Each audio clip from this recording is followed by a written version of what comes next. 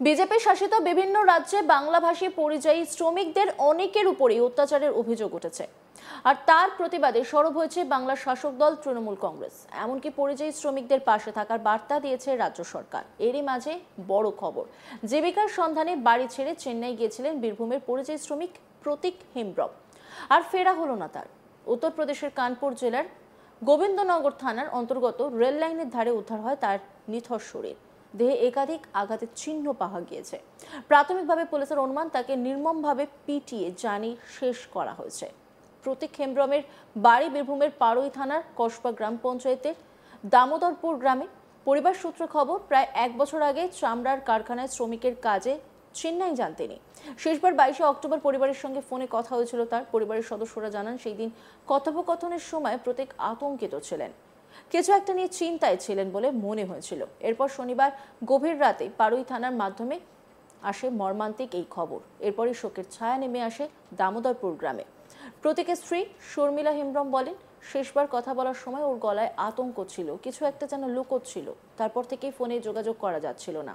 ওকে জানে শেষ করা হয়েছে। এমন ঘটনা ঘটে যেতে পারে তা ভাবতেই পারছি না। কি বলেছেন তিনি, শুনবো। 22 তারিখ কখন হয়েছিল? কটা হবে তখন? 5টা 5:30 হবে। কি বলেছিল আপনাকে? আমাকে বলেছিল যে আমি ফোন করছি। আমি বলছি, কেন তুলছো না তুমি ফোন?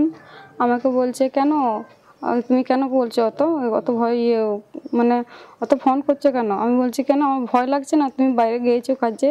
বলছে, আমি ঠিকই আছি, অত চিন্তা করো না। কিন্তু ও কথাটা বললো না, মানে ভয়ে ভয়ে কথাটা বলেছে। কি মনে হচ্ছে, কেউ কি মেরে দিতে পারে?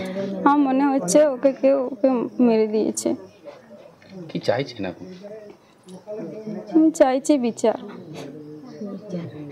কোথায় কাজ করতে গেছিল? চেন্নাই গিয়েছিল। তার উদ্ধার হয়েছে বাকি তো অন্য জায়গায়। আমাকে তো বলেছে আমি চেন্নাই যাচ্ছি কাজে।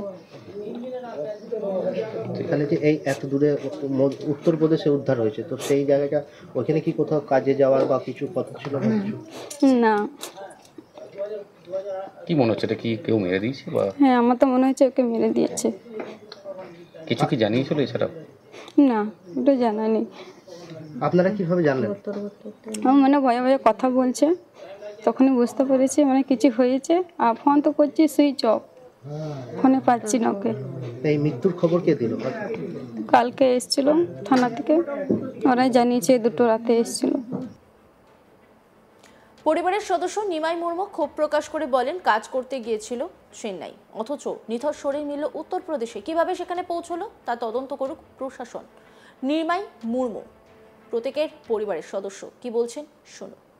কি হয়েছিল বলতে, গত রাত্রে আমাকে পাড়ুই থানার পুলিশ আমাকে ফোন করে জানান যে আমাদের দামোদরপুরের একটা ছেলে, মানে আমাদের উত্তরপ্রদেশে রেলে বডিটা পাওয়া যায়। ঠিক আছে, এবার এখানে এসে আমরা যতটুকু জানতে পেরেছি, ও চেন্নাইয়ে কাজ করতো। চেন্নাই থেকে কাজ করতো এক জায়গায়, কিন্তু বডিটা পাওয়া গেল আর এক জায়গায়। সেটাই আমরা ভেবে কুল করতে পারছি না যে ঘটনাটা কি ঘটেছে। আদৌ এটা রেল দুর্ঘটনা না মার্ডার করা হয়েছে, সেটা আমরা আদৌ বুঝতে পারছি না। তো যাই হোক, আজকে গতকাল আমাকে ইনফর্ম করার পরে আমাদের নেতৃত্ব, আমাদের কাজলদা এবং আমাদের বিধানদা, ওনাদেরকে আমি সকলকে ফোন করে বিষয়টা জানাই। তো তড়িঘড়ি ওনারাও এই বিষয়টা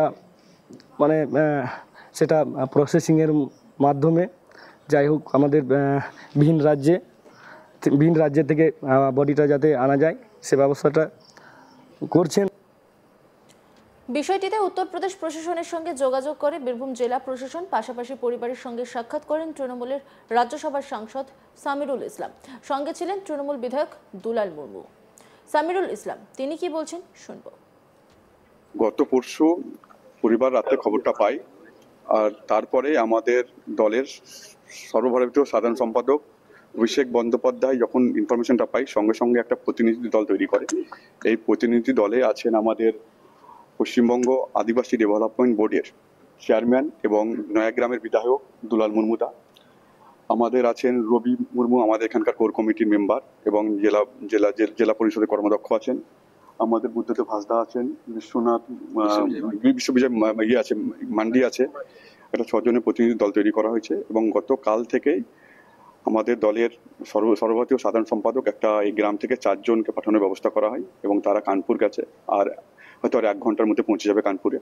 পোস্টমর্টম করে সবকিছু যেন ঠিকঠাকভাবে আসে এবং কিছু অফিসারও মনিটরিং করছে পুরো ব্যাপারটা, সেই ব্যবস্থা করা হচ্ছে। এবং পরিবারের কথা অনুযায়ী এবং গ্রামের লোকের সঙ্গে কথা বলে এবং ফটো দেখে যেটা বোঝা গেল, এটা পরিবারও বারবার বলছে যেটা মার্ডার। তার কারণটা হচ্ছে পরিবার, ওনার স্ত্রী যেটা বলছে, কাল থেকে বলছে বারবার যে উনি জীবনে কখনো মানে সবসময় ফোনে কথা হতো। 21 তারিখ লাস্ট ভালোভাবে ফোনে কথা হয়, তারপর লাস্ট ফোনে কথা হয়েছিল 22 তারিখ সন্ধ্যাবেলায়, এবং তখন নাকি আতঙ্কগ্রস্ত ছিল।